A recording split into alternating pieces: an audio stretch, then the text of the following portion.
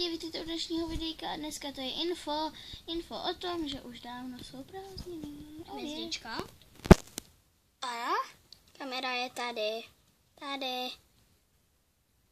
Ne. Jo, počkej. Kamera Já ti je dojdu tady? prodejle. OK. Tady jsou. Díky. Máš zač. Musím nasadit. Díky.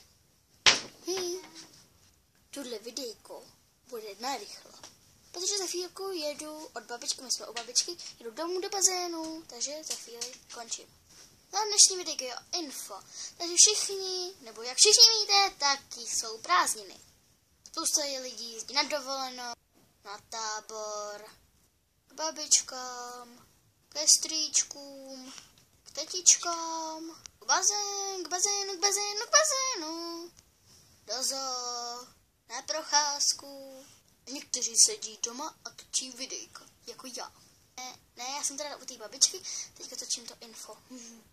Jinak jezdíme na výlety. Včera jsme třeba byli v zoologický ve Dvoře Králové, byli tam teda Afričani, jako praví Afričani, mluvili anglicky, takže to bylo super, rozuměla jsem jim, tak jsme si tam koupili náramky, já vám je teďka ukážu.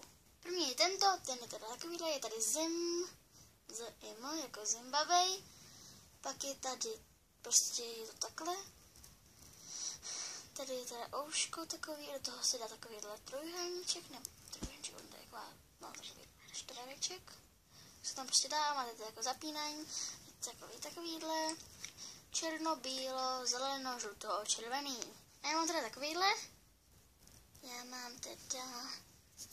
takovýhle, jsou tam takový kytičky, dá se říct, má to zapínání takhle, a tady na druhé straně to má takovou kolečku, a to, kde se vydáte a prostě to zapnete.